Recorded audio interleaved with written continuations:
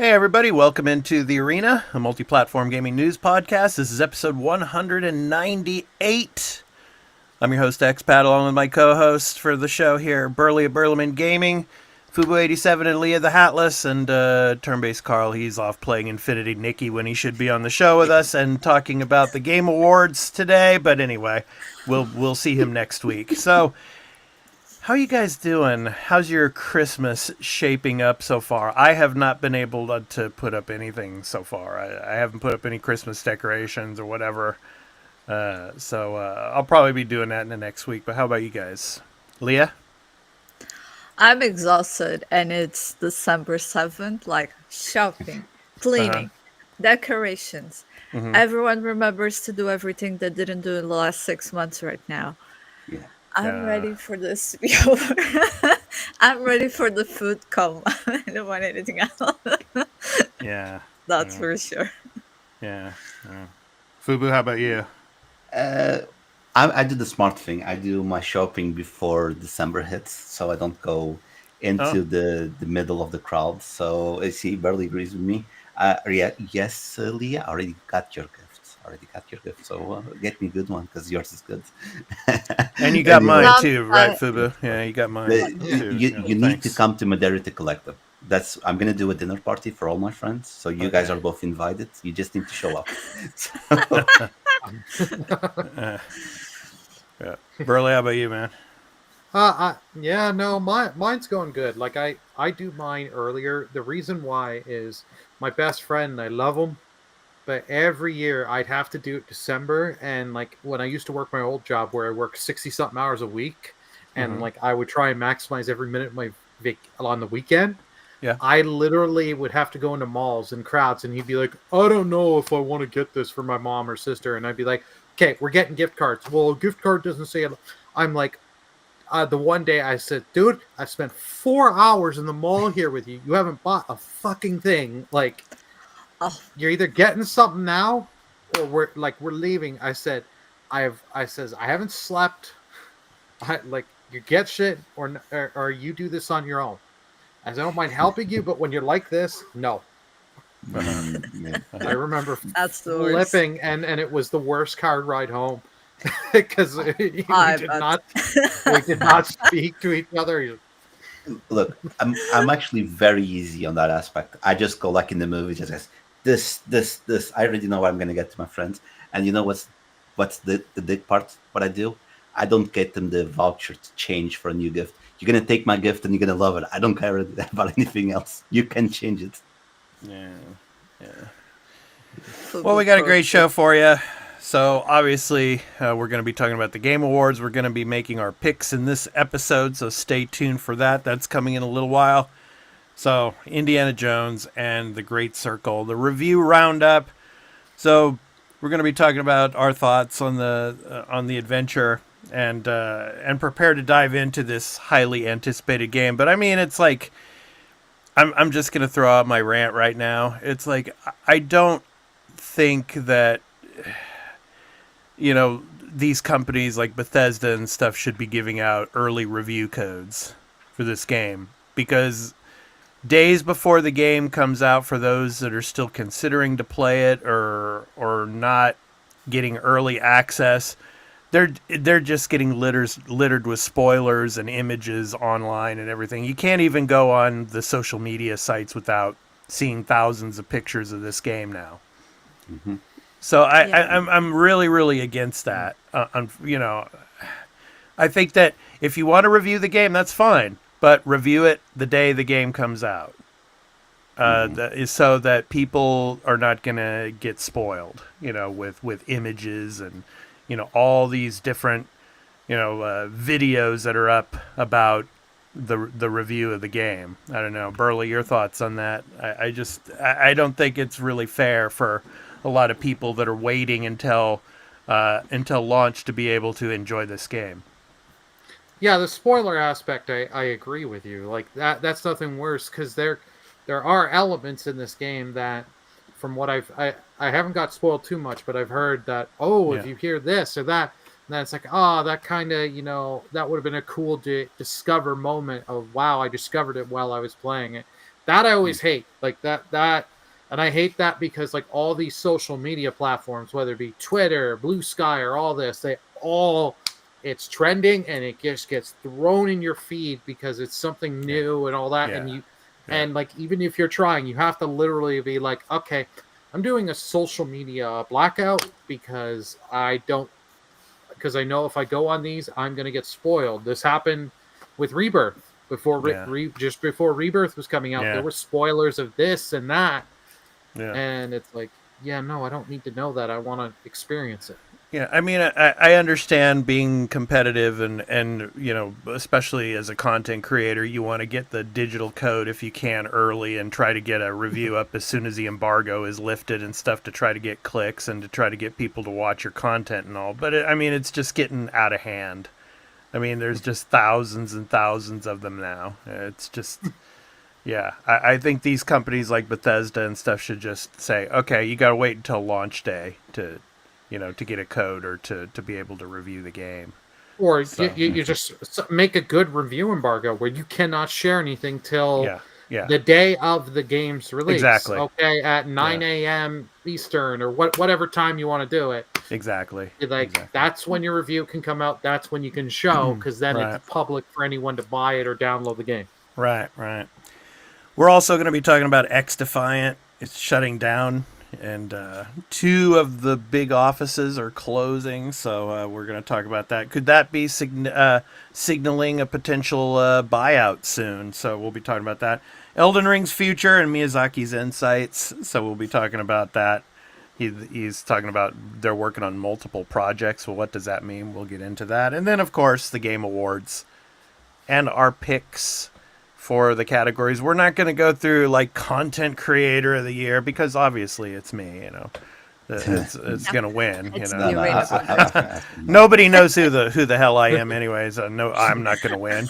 But I mean, yeah, we're going to skip some of those like the esports and stuff like that. We're going to get into the big categories and that. Not to say that for some people esports might be one of the big categories, but I mean, we're gonna go through some of the the biggest categories and talk about the mainstream ones. The mainstream ones, exactly. So we'll talk about those. So, all right. So let's go ahead and get into Indy Jones. So Indiana Jones and the Great Circle. So the review roundup, and obviously, guys, 9 out of 10, 9 out of 10, 10 out of 10. 4 out of 5. It's one of the greatest games ever made.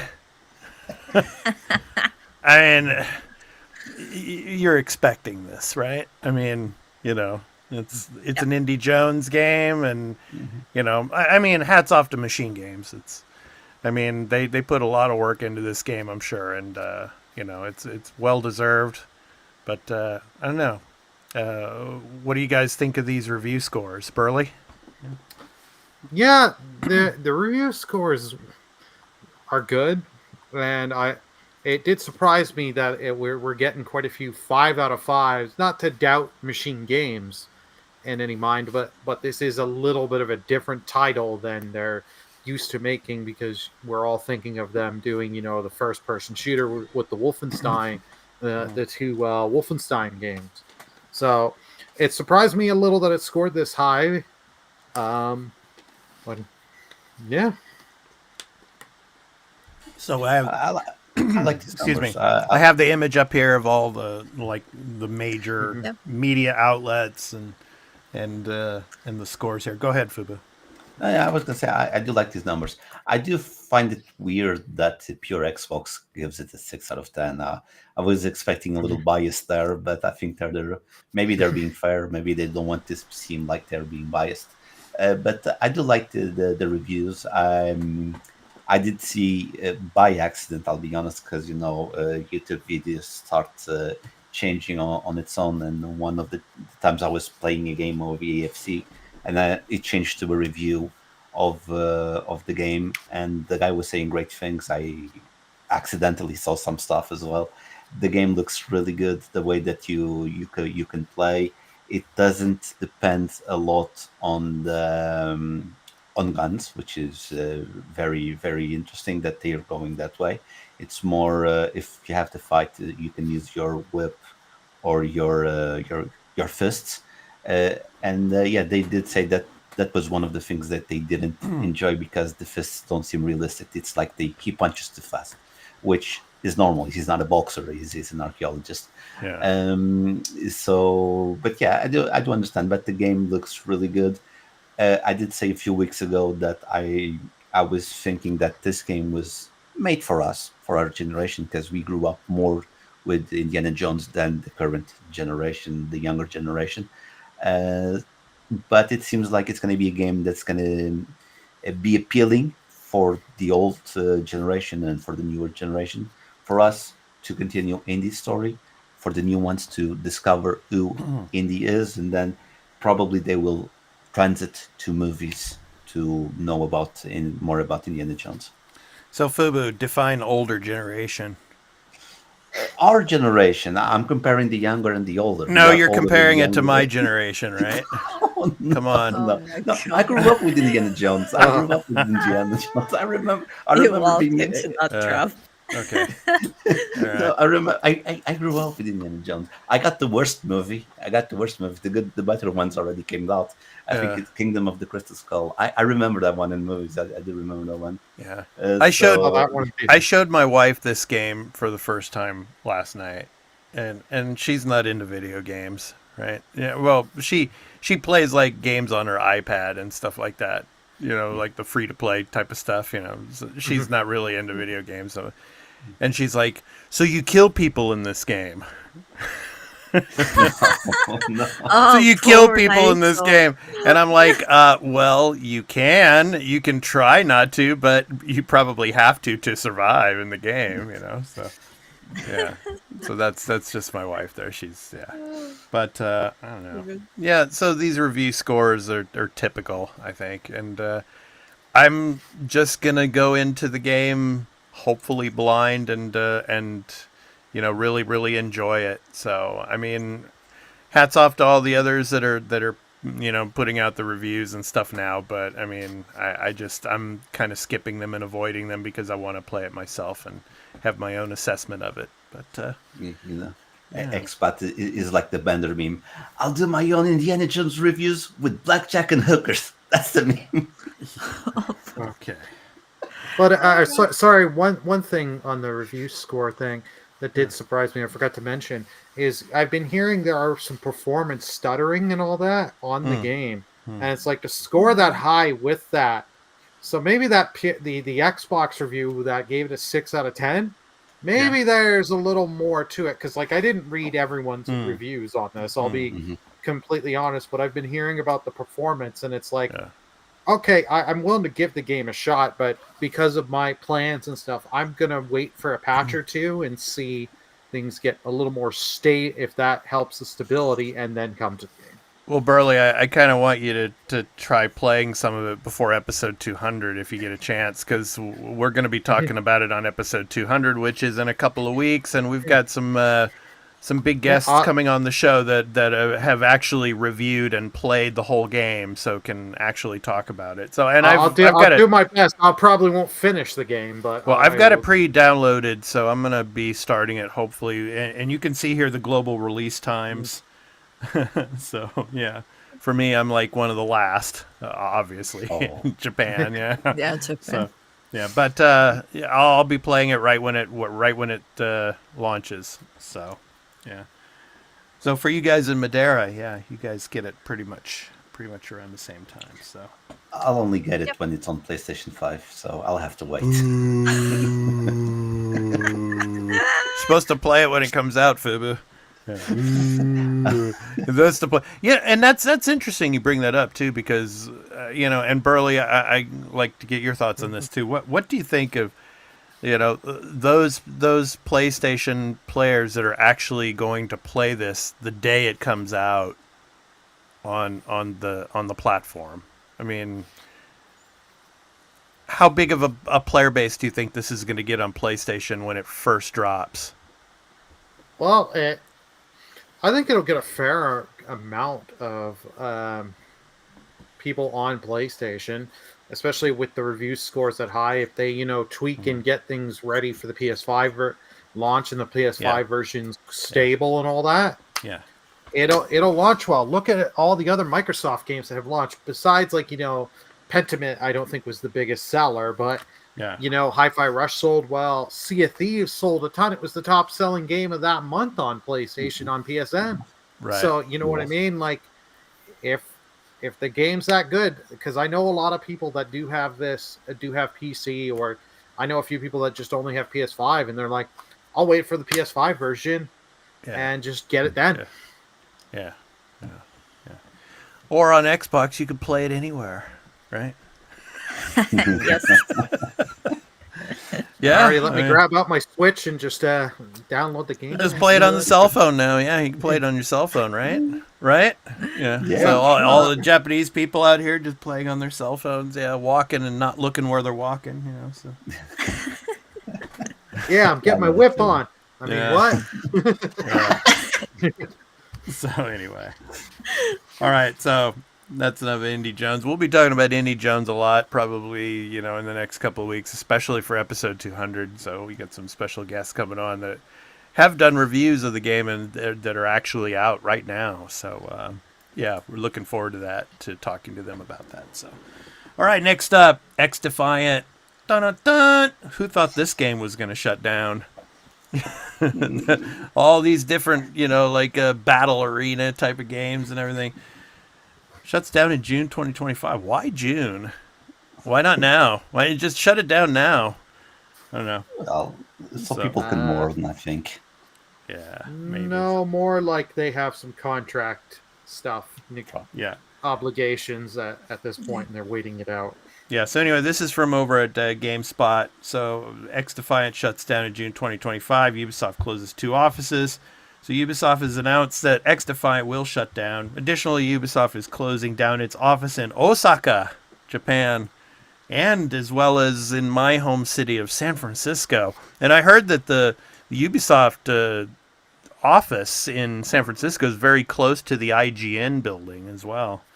So Ubisoft explained that starting today, December 3rd, from this article, the time it came out. Further downloads, player registrations, and purchases of XDefiant are no longer available. However, XDefiant's 3rd season will continue as planned, and the game will be playable until the shutdown date. Quote, today, Ubisoft announced that it will discontinue development on XDefiant, its free-to-play first-person shooter title. As a result, half of the XDefiant team worldwide will be transitioning to other roles within Ubisoft, end quote. Ubisoft said in a statement to GameSpot. So that's interesting. I mean, what titles do you think these teams are going to be transitioning to? I'm thinking probably Assassin's Creed. More Assassin's Creed that's going to be coming after Shadows and beyond. What do you guys think, Fubu? Yeah, this is going to sound really wrong for a guy that's in the gaming space.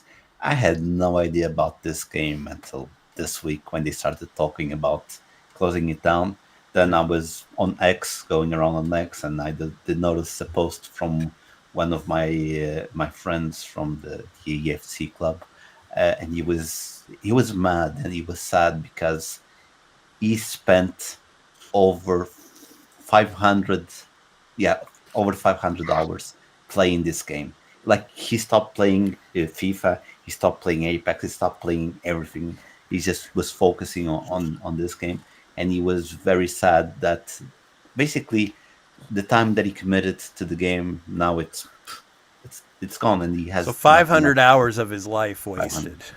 Yeah, that's what he's thinking. Yeah, okay. Basically, he was very sad about that. When it comes to closing this, look, I think there was a time that battle royale games were very, very trendy. Yes, when Fortnite came out and Apex came out, there was a spell something where you mix the attacks with magic spell. That was a very creative one and with very good graphics. So there was a trend. That trend now is over. Now we're going to different ones. I feel like an RPG trend is coming back, or the remake trend is starting, or whatever. I think battle royales, they are done. they are not as profitable because people don't. Video games is something so beautiful that you don't want to They're spend not your done. whole life. They're not done. You're going to see a slew more of them next year, Fubu. No, I'm pretty sure. I'm pretty sure. But I think the mindset of the player, they don't want to commit the game their whole life. I'm going to give you my example. I love playing EAFC, but I'm not playing EAFC all week. I've started playing Little Big Adventure that I mentioned last week. I think the remake is great. I'm loving it. I haven't tried the Ishin yet. I'm playing Balatro. There's so many good games. I don't want to focus only on that, and players are starting to realize they don't want to focus only on one game. They want to go somewhere else. On the business part, now I'm going to talk about the business part. What Burley was saying, it's very correct. They probably have contracts they need to finish, and they finish in June when they close the game, because it's not like, oh, well, they decided yesterday to close. No, when they decided to close, their contracts were already done. They couldn't do anything. So, and this is why. If they try to sell Ubisoft, and this game is giving loss, it's on loss, it's not going to be very good to sell this. They will want to buy Ubisoft at a lower price. So let's get rid of this loss, because if it was making money, it would never close. They want to get rid of this loss so they can sell Ubisoft at a good price. Leah, if Ubisoft gets bought, who's going to buy them? Who do you think? Sorry about my dog. She's a bit upset. I think she's really upset about XDefiant closing. She was a great player. All those paws and lost.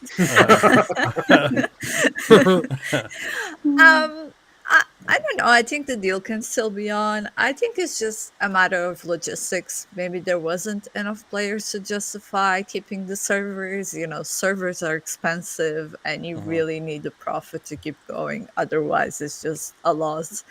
I think, with like the shares going down and all these news going around, they're probably shaping up to be like a strong company to kind of see if they have some leverage when the buyout does happen, or so they don't like sell for cheap and lose so much.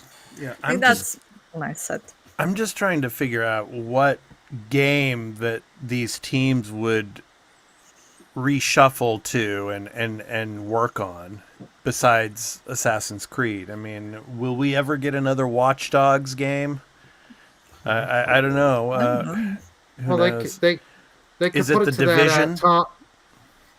Oh, Division. Yeah, Division.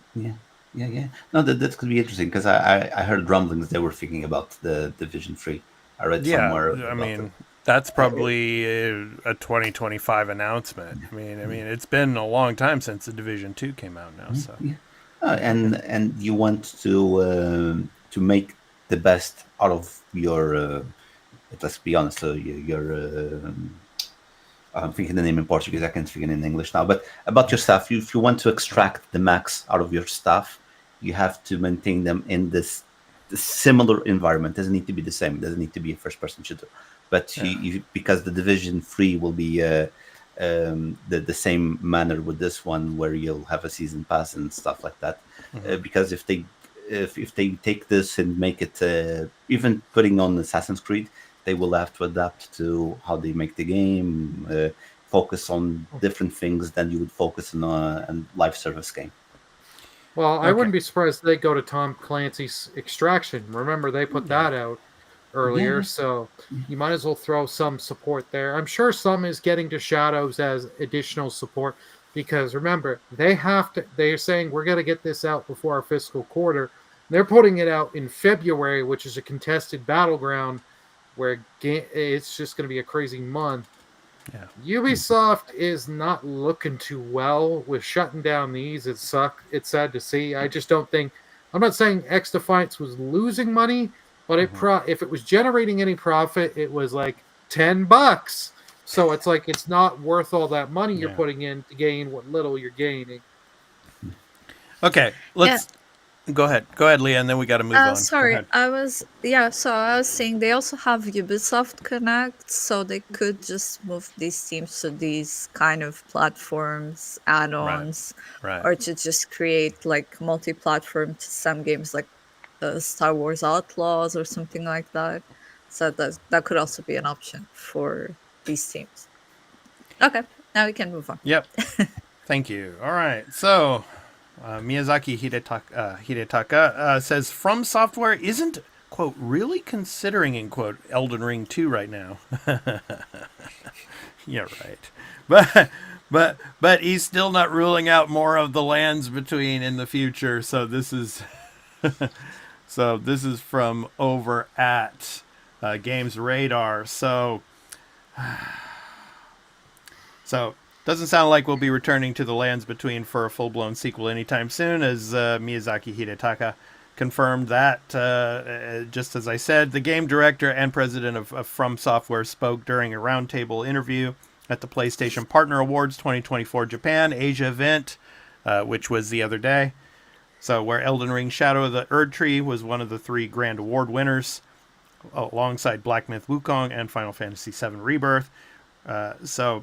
Miyazaki still isn't ruling out further Elden Ring-shaped projects in the future, but for the time being, a sequel isn't in the works. So we're not really, quote, we're really not considering development such as an Elden Ring 2, end quote, he said. Adding the idea of developing the IP further could still happen, quote, in some form in the future, end quote. This is the same sort of sentiment he shared back in February, at which point he also said a second DLC wasn't planned. So that's typical. I mean, say something that that is going to happen, but just say it isn't going to happen. So what do you guys think? What are these potential projects that are in the works? I still think it's Bloodborne 2. I think Bloodborne 2 is coming, and Elden Ring 2 will definitely come. I mean, it's like they made so much money off of that game. It won Game of the Year. You can't not make a sequel to this game.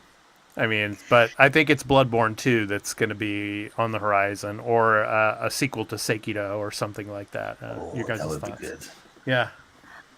I actually think they're gonna remake Bloodborne first because that game is old. I think that's And coming people want it. first.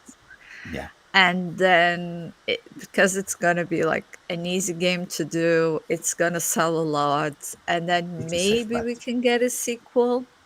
But I think the remake is coming first. That's my vibe. Burley, what do you think? Yeah, no, I was about to say, I agree with you on that, Leah. I think they will either remake or a PS5 enhanced version of Bloodborne, because people have been ranting and raving about that, and they'd be like, I'd pay money for that. They know, and Sony knows. They'll do that. I wouldn't be surprised if Bloodborne 2 is in the realm.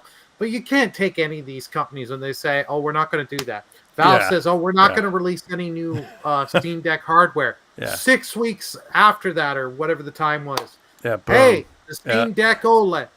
So, you got to take these companies with a grain of salt.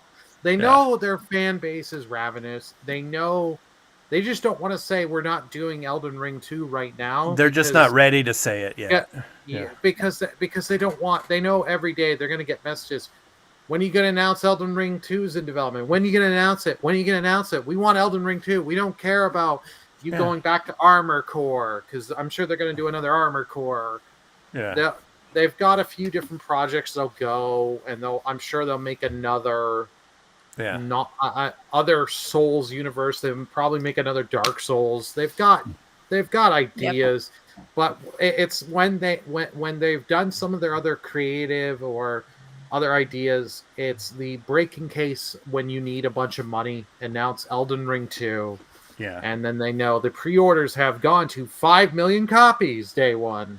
Right. Yeah. It's I mean, it's just way too early for them to announce at the moment. So they're just saying that there's nothing in the works. Yeah, basically. Yeah, and so it's typical. Yeah. Hmm.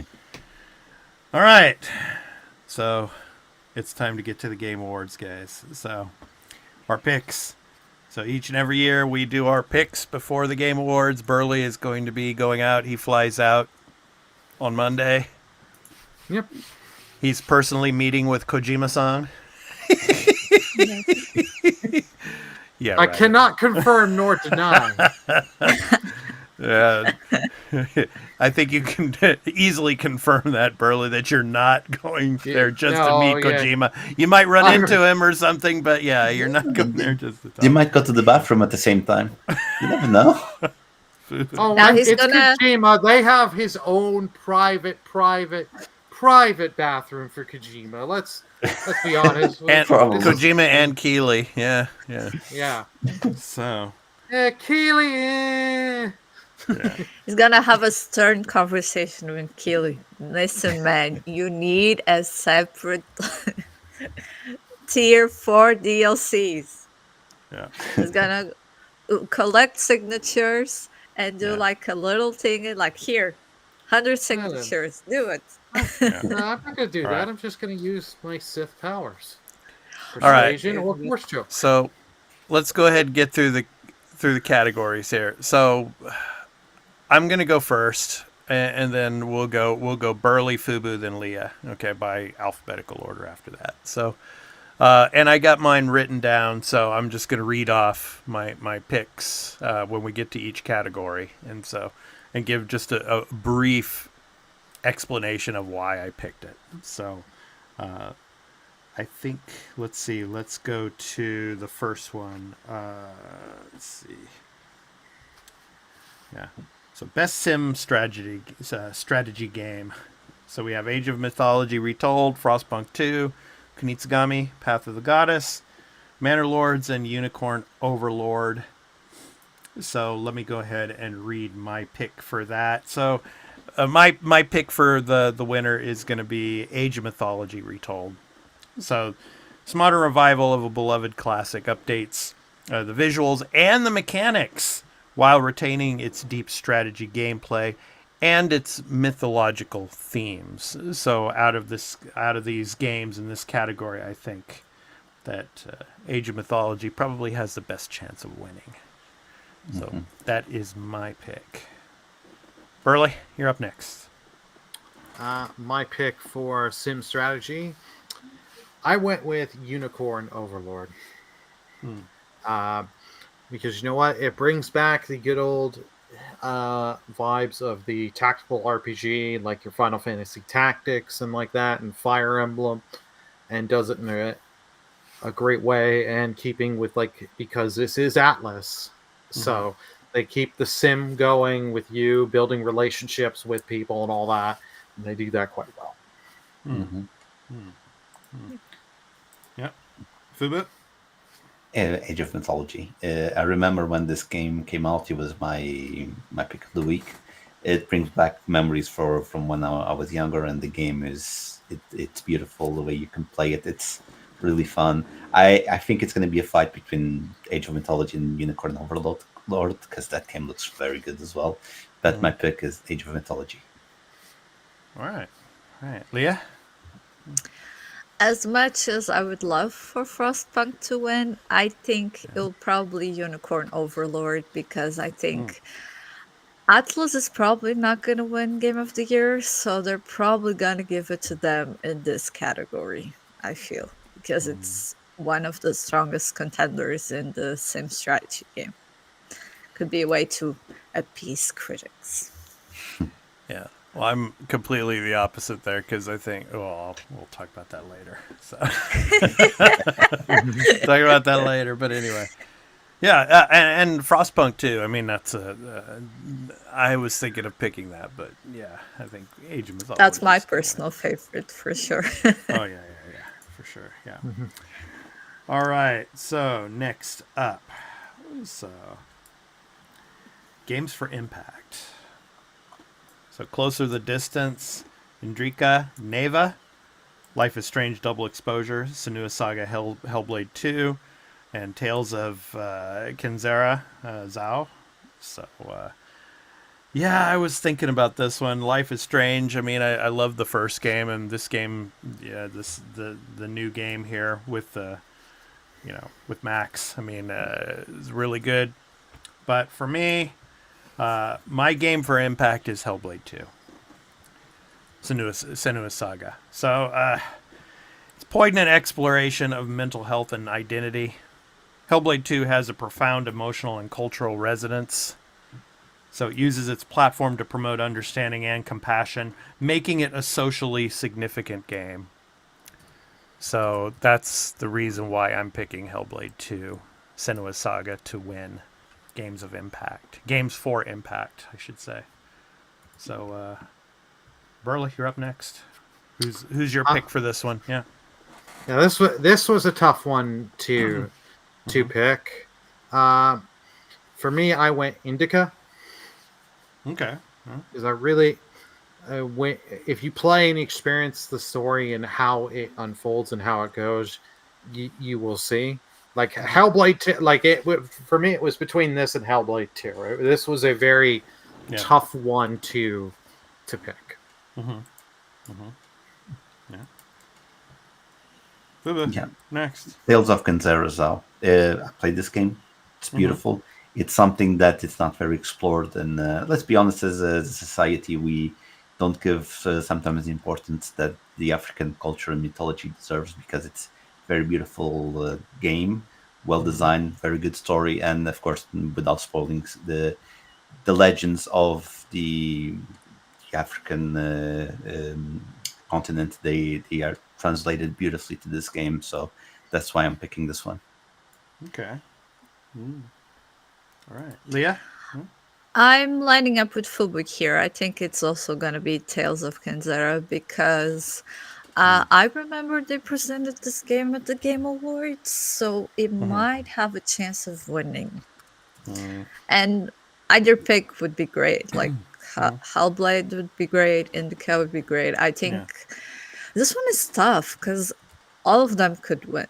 Like, and it's just what the critics value the most. Like, are they gonna present this to Xbox and the work they've done with Hellblade? Are they going for a more like social message with Indica or Zao? Like, I really don't know. But I think maybe since they did present this on the Game Awards before it came out, I think Tales of Kenzera might take the win on this one. Okay. Next up, best action game. Black Myth Wukong, Call of Duty Black Ops 6, Helldivers 2, Stellar Blade, Warhammer 40,000, Space Marine 2. My pick for this, Black Myth Wukong. So, it's a thrilling combat system featuring mythological transformations and spectacular boss battles. Delivers a deeply satisfying action experience. That's my pick. And so I wrote all of these out. So I'm just reading what I wrote out. I was brainstorming when I was making my selections last night. So I figured I'd write them all down. So I wanted to read what I wrote. So Black Myth Wukong. So Burley, what's your choice? My pick is the same as yours, Black Myth Wukong. I actually played the PSN did a little trial for this, so I did play it. And it is not like the typical, Soulsborne game. Like it is hard, but it's not too brutal if you die. And then the different abilities that you get, like the immobilize and stuff like that, it really adds to the combat. And then the whole using the mythology stuff of like growing your staff and all that with the heavy attack and all that. It's a lot of fun. Okay, Fuba. It's Black Myth. It's a really good game. It's the thing is, when it comes to these Soul-like games, which this isn't. It's a bit inspired, but not heavily. It's brutal, but this game is very welcoming to new players. Like I said on the review that we have on the channel, It is very welcoming to new players. Then the learning curve goes up and the game gets harder, but that's normal with the game. But the action is beautiful. That dodge mechanic, I'm in love with that dodge mechanic. It's one that feels you powerful doing that dodge mechanic. So it's really fun combat, and I think it's going to be the winner for best action. Okay. Let us know in the comments what you think of our picks and what are your picks for the particular categories that we're going over. So, Leah? I'm gonna give it to Stellar Blade on this one because I feel like this might be the surprise winner because as we know, like critics take a big margin of what makes the decision. And I think they might give it to Stellar Blade. It's a new studio, a new game. And the game is really gorgeous. And in terms of action elements, it works extremely well. So I think it's also a strong contender to win Stellar Blade. Okay. I think might be the surprise to take the prize. The surprise to take the prize. Okay. All right. Next up, best family game. Astrobot, Princess Peach Showtime, Super Mario Party Jamboree, Legend of Zelda, Echoes of Wisdom, and The Plucky Squire. Ooh. Okay. I think I'm going to surprise you guys here. This is my pick. My pick for best family game is Princess Peach Showtime. Okay. Its charming gameplay and approachable design make it a delightful experience for players of all ages, with Peach taking center stage in her most engaging adventure yet. And I just think it's going to win. I think that this is the Nintendo game that is gonna win here. So that's my pick. Okay. Burley? For me, this was a tough one because I've played all of these games, and like Peach Showtime is great. Legend of Zelda, the Zelda game was such a unique one, but I gotta give it to Astro. Astro was just so unique in this. It is such a great game, but it is very family friendly. Like my nephew and niece are very, very young, but I could show them this game and there's not going to be any scaring or psychological damage by showing them this game. Yeah. Fubu? I'm going to go Astrobot as well. If I had to pick two, it would be Astrobot and Legend of Zelda. I think I love that game. I haven't played it, but I've seen it early streaming. I have a friend that has it. I've seen him play. I've seen a lot of this game without playing, and I can see a family playing this game together, sharing like the puzzles, the best way to get over a puzzle. I think it's something that could be together. But I think Astrobot's going to take this one clearly because it was it was not a surprise hit, but something that took over the internet for so many weeks. So Astrobot for me. Okay, Leah. I love them all, but it's Astrobot. I think it's the clear winner of this category. Like, I don't even have to explain myself. I think ultimately is like the game with the biggest impact, and it's the one where I see people playing together, like dads playing with their kids, and everyone is having a good time. So yeah, Astrobot for me.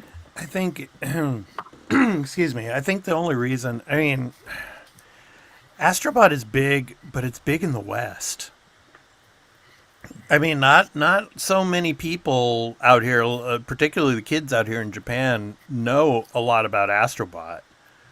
Because PlayStation PlayStation is not as big as it used to be in Japan now. And Nintendo, is huge, and everybody knows about Peach, and people out here have been playing Peach a lot more than they've been playing Astrobot. Yeah, So, but like the Game Awards are not an audience pick, they're the jury pick. And out of these games, yeah. Astrobot has the biggest score. And that's kind of what we need to keep in mind when we pick this one. Like, I'll give the award to everyone. I think they're all great. Yeah. But But I think if we have the jury mostly publications, like, is Astrobot, like, you don't have to think a lot about it. It's well, the yeah, but biggest I'm award. not one of those people, and I'm thinking about my pick. So it's and from the vibe that I get, not from those people, but from the majority of people, I think Princess Peach. If you asked a person if Peach or Astrobot, obviously you're gonna say Peach, Oh. but yeah. So Yep. alrighty. So next up, best independent game. Animal Well, Balatro, Lorelei and the Laser Eyes, Neva, and UFO 50. Okay. I'm going to surprise you Guys, guys again. in three, one, two, three. Balatro. Balatro. No. My No, my no. pick is Neva. All right. Oh, The Next stunning person. indie title captivates with its poignant narrative and beautifully crafted world, using its minimalist design to tell a deeply emotional story about loss and hope. So I think that's one of the reasons why I feel this is going to win. And not only because it's just, visually stunning, but I think that's why this game will win. I think Balatro is overhyped. We shall see, but Neva is my pick. Okay. Burley? My pick is not Balatro, nor is it Neva. It just hear me out. Let me. We got mine is actually Animal Well. Mm-hmm. It looks very, very simple, but you sit and you play this and you experience it. This was actually helped done by the a content creator, and it was named Donkey. But it looks so simple, but when you sit there, it's simplicity it's a thing to just draw you in and get you in playing and experience it.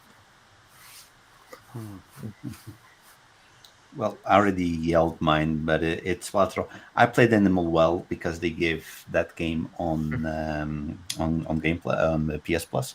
Remember, I played that game. I liked it, really good, and that's one of the advantages that it will have over all of the others, because I don't think any other was given on on the service. So that means a lot of players that would probably never touch. Example, me. I would never touch on that game because I wouldn't spend money on it. I tried it because it was on PS Plus, and I liked it. It was really good. But dude, what Balatro did to my life! I'm gonna say this. I spent Okay. 2 shifts of my work, which is 8 hours, playing this game. I did my work. Don't get me wrong. I did my work, but I spent 2 shifts in a Did you? row playing this. How could you do your work if you're playing a game? Well, I was going I- to say, with the amount of gaming he seems to do, I don't think he does that much work. Well, We'll his have that work is conversation mostly he off- has to be there and No. like Has to be there. Okay. act if anything is needed. Is that No, kind of job? Like I'll explain. some people I'm have doing this. I'm doing night shifts. I'm Okay, doing night please, shifts. please continue, Fubu, with your reasoning for picking Okay. Balatro. Okay, we don't No. need to get into this diatribe of your work situation. Okay, go. No. But because I started that. Now this is poker. I've played poker, but I've never been very addicted to it. But I knew like some plays that you could do, and then you get the jokers, and then this is a strategy game. You have to get the right jokers to do a combination. You can use the card planets to improve the hand that you throw. You can improve the hand. There's a lot of strategy, and I love strategy games. And I got really addicted. I was sending pictures to Leah. You know when you play Uno and you scream Uno when you win? I was sending pictures to Leah and screaming Balatro because I win. And she was like, dude, you're addicted. Leave that game alone. I was playing that game a lot. I liked it. So, yeah. Nice. Leah, your pick. I think it's Balatro because it is. I think we need to keep this in mind. Is done by one person, much like Stardew Valley, and I think it is the Stardew Valley of this year, and it absolutely deserves to win because it is impressive that the game done by one person is so polished and so good. So Yeah, I I think wouldn't. if it's won, it's absolutely deserving of that. I wouldn't be surprised if it does win, but yeah, I mean, I like Neva more. That's just my personal opinion. So Yep. yeah. All right. So next up, let me go ahead and get the next one up here. So best RPG. Not as stacked as last year, but still stacked nonetheless. Dragon's Dogma 2, Elden Ring, Shadow of the Erdtree, which, yeah. Final Fantasy VII Rebirth, Like a Dragon, Infinite Wealth, and Metaphor Refantasio. Okay. All right. Now, I'm going with Final Fantasy VII Rebirth here for best RPG. So this reimagining of a beloved classic retains its heart while expanding its world, characters, and mechanics. It perfectly balances nostalgia with innovation. So I think it's going to win the RPG category. So that is my pick. Burley? Yeah, I can understand picking this. This one was a tough one, but I'll be honest, I knocked out Elden Ring because not an Elden Ring guy. This is so tight for me between Rebirth and Metaphor. I'm going Metaphor on this one. Okay. Because it just with the whole they change stuff up from your standard Atlas RPGs with the whole class system and the archetypes and doing all the stuff, and not just for you, your party members, you're really customizing. So you're customizing and playing the way you want and getting your party the way you can fine-tune your party the way you want to, and constantly learning and going back between archetypes. So you can test an archetype out, but if you don't like it, switch easily outside of battle and all that. Rebirth does a great job, and they add some new mechanics with the synergized attacks and stuff like that. But for the most part, you're playing off of what they had in 7 Remake. They add some new stuff, and the more exploring and the more open worldness is great. But I figured I would go something for Metaphor, which does some newer stuff. Okay. Right. Fubu? Do I need to talk about this one? It's Final Fantasy VII Rebirth, but I'm going to say this. This is very, very stacked. It's really weird for me to say that Dragon Dogma 2 is the weaker of this one, and it was a very, very good game. Metaphor, for me, came out of nowhere, and I was like, oh my God. I heard about Metaphor here on the podcast because Carl was talking about it a lot. I was a surprise for me. I really enjoyed this game. I haven't tried it, seen a lot about it. I want to try it out. But in my heart, it's Final Fantasy VII. Okay. Leah?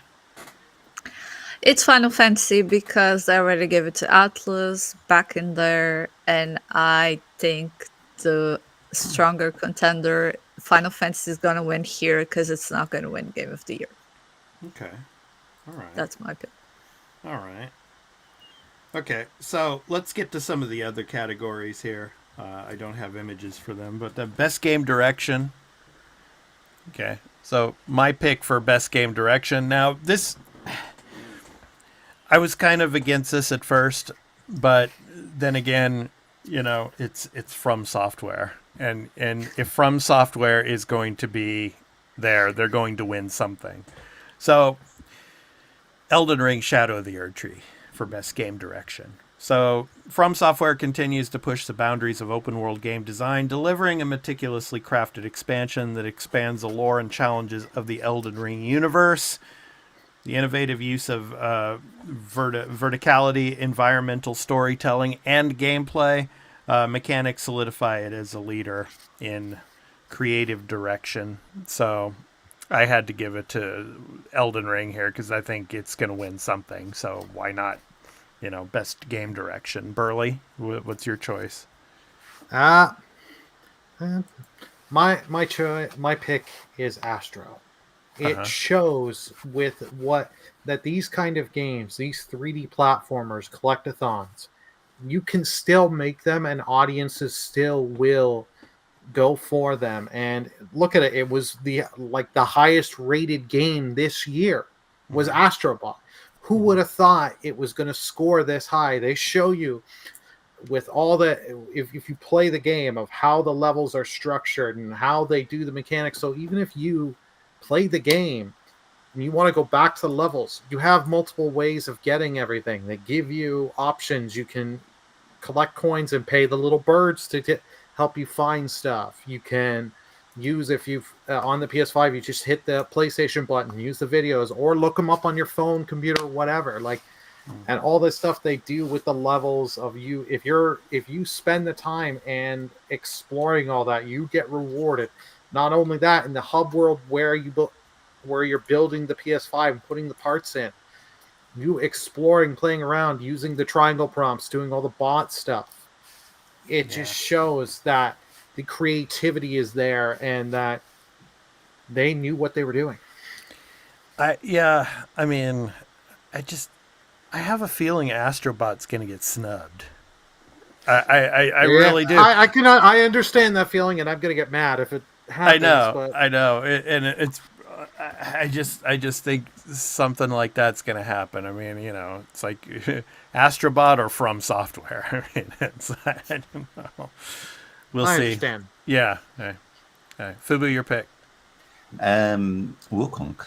It's Wukong because the way they adapted the story, the Journey to the West, to a video game format, the world, the fights, they didn't do the copy paste thing that would be easier, because when it's a game that you have one boss here, one boss over there, they'll be like unique. But in this game, you have the bosses, you have sub bosses, you have a bunch of stuff, and all of them look very different. And especially when you go to the last boss, which is the true final, the end, the true ending of the game. It is something that you're not expecting. They adapted everything so well. I just love this game, the way that they adapted everything and how they make it look and made it interesting to play and keep playing. Okay. Leah? My personal choice is Astrobot. That said, I think best game direction it's gonna be Wukong, Black Myth Wukong, because I didn't pick it in action. I gave it to Stellar Blade, and I think it's definitely gonna win something. And it could be game direction, and I think game direction is here for that reason. Like, they're virtually the same as Game of the Year, and they're probably gonna give game direction to the other game they feel like had the impact, but it wasn't the clear favorite. So like this could be a way of kind of giving 2 Game of the Year awards, but one for direction and one for the actual game. So I think Wukong will probably take this one because it made the biggest splash this year. Okay. Well, let's go back and talk about narrative. So, best narrative in a game. So, I'm going with Hellblade again. So Hellblade 2, Senua's Saga. So Ninja Theory elevates storytelling with an emotionally charged tale that delves into mental health, mythology, and personal resilience. The narratives focus on Senua's internal struggles and her external battles with supernatural foes, creates a compelling and transformative player experience. So, amazing story, and the mental health aspect of it all, which is piggybacking off the first game, and then just how visually stunning this game is as well. I mean, mixed in between with that. So I think it's going to be Senua's Saga Hellblade 2 here as well. So Burley, narrative. Yeah, this one was a hard one. This is another stacked category. Yeah. Between we've got You have Rebirth, you have Like a Dragon, Metaphor, Yeah. Silent Hill 2, and Senua's Saga. Because I don't think Silent Hill 2 is really going to get so much, and I really did enjoy the narrative of Silent Hill 2 Remake, I'm going to give it to Silent Hill 2 Remake. I think how they do the story and how it unfolds, especially as someone who never played the original Silent Hill 2, it it really does a really good job with the story and narrative, and kept me going and kept me keep playing to see how this story goes, and having the multiple different endings, because there's like 15 of them or whatever it is. Yeah. Yeah. We all want the dog ending. That's what we want in Silent Hill. Yeah. Yes. I see. Fubu? Final Fantasy VII. Hey, it's I'm not gonna lie. I'm being biased in this in this voting, because I personally love the game. It's not the best game in the world, obviously. I hope it wins, so I can say that. But the story, what they did, and we already had this discussion, and we're gonna avoid this discussion, please. People say it's a remake, and that's one of the mistakes from the first game, saying Final Fantasy VII remake, when clearly it's not a remake anymore. This is a different story. So what they're doing is sections of the game that used to be, let's say, 5 minutes in the original game, they extended, and they had to create lore to fill that area of the game. And the way that for Red 13 Nanaki, what they did on their story, they changed a bit, because you could go with your group in, but no, you go to the story as you do the dungeon. They're telling the story, they're filling in on details that were not in the original game. What they do with the ending, which I already said, I think last week or 2 weeks ago, what they did with the story, the narrative of that, you don't know what's happening. You're engaged. I was completely engaged, and I was like, "What? This is happening. This is happening." It was I was so enthralling the way that they were doing the narrative. So all others are very good. Don't get me wrong, but I really did enjoy the Final Fantasy VII narrative. Leah? For me, it's Silent Hill 2. Like, I'm not going to justify myself. It's the clear winner. I get to be biased on one category, and this is it. This is the one. Okay. This is the one. Fight. Well, but yeah, Senua Saga is going to win, though. I mean, it's We'll very, see, very we'll see. powerful. Very, very powerful, yeah. Yes, that it is. Yeah, I agree. And speaking of that, best performance. So, Hanatel, Life is Strange, Double Exposure. Brianna White, Final Fantasy VII Rebirth. Humberly Gonzalez for Star Wars Outlaws. Luke Roberts for Silent Hill 2. Melina Juergens for Senua's Saga Hellblade 2. My pick is obviously Melina Juergens for Senua's Saga Hellblade 2. So Melina Juergens delivers a raw, haunting performance as Senua, embodying her pain, determination, and vulnerability. Her ability to convey complex emotions through both voice and motion capture sets a new standard for video game performances, just as she did in the first game. I mean, it's just as good or even better in this one. So that's my pick for performance. Okay. Burley? Yeah, that is a good pick. Mine is going to be different. I'm going with Brianna White. How she performed in that game in Rebirth, all the stuff that happens throughout that story, and even if you do the optional stuff, just shows the range she goes through and does for it. Mm-hmm. What can I say? Yeah. Fubu? Brianna White. Burley couldn't have said better. It's correct. She does, especially because no spoilers, but Burley will agree. Especially at the end, what she does at the end, it makes you, even if you're in it. Yeah, I already said this before. It's Brianna White. I'm not gonna say anymore. Okay. Leah? Mine is definitely Luke Roberts. I think he does such a good job as James. I think it's a bit unfair because all the actors do such a great job. The person who does Maria also does a great job. Hmm. And I think they really captured the essence of the first game and they bring really good performances. And I that's my vote. My vote is for him. I think he did an amazing job.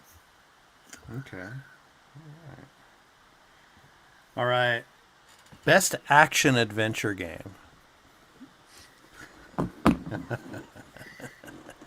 Here we go. My pick. You're gonna love this one, guys. My pick for best action adventure: Star Wars Outlaws. So, this ambitious open world design, rich narrative, it stood out to me. So I think that's going to be the choice for this particular category. So, Burley, action adventure. Action adventure. Yeah, For me, yeah. I know this game is not going to win Hmm. because this game had unfortunately got forgotten very early on in the year, but I wanted to give it to it anyways. For me, I'm going Prince of Persia: Lost Crown. Okay. What they did with that game, that was such a good. It is one of the best Metroidvanias I've played in a long time, and how they do the game's mechanics, and they do it like it is trial and error at times, but they do stuff that makes it so you keep wanting to keep playing, and then the accessibilities, and this is something Ubisoft has been good with the difficulty options. You can pick how you want the difficulty. If you want combat to be difficult, but the puzzles and some of the other mechanics to not be as difficult, you can turn that down. So it does it great like that. Okay. And like I highly recommend checking out the game. Okay. Fubu. Yeah, I'm going the same way with Burley. These are all good. But Prince of Persia, I do love a good Metroidvania. That's one of my favorite styles of gameplay, and the way that they focus the game out of the prince and to its soldiers or guards, or I don't remember the name. Uh, it's something fresh, so it changes the beat of the story. And the action, the bosses, they're all very creative. The puzzling is so. I did enjoy of all of these. I think Silent Hill also it's a very very good one, but it's a remake. It's a remake. No, I'm joking, but it's Prince of Persia. Okay. All right. Leah. This is Astrobot's category. It's gonna win. Like I have no question. Like it's not gonna game of the year. This is the best. But the other game that I think could really take this one could be Legend of Zelda: Echoes of Wisdom, because I'm not sure it's gonna win Family Game, but they did bring something very interesting with the puzzle solving and the flexibility with that. And that is something that is very Okay. important in this category, is like combining combat with traversal and puzzle solving, and Echoes of Wisdom does that very well. But I think it's gonna be Astrobot for sure. Okay. Best multiplayer game, guys. Next up, multiplayer. My pick for best multiplayer game is Helldivers 2. This cooperative twin stick shooter offers intense strategic combat and camaraderie, making it a multiplayer standout for this year. Yeah, I think it was the best multiplayer game of this year by far. So Burley, your thoughts?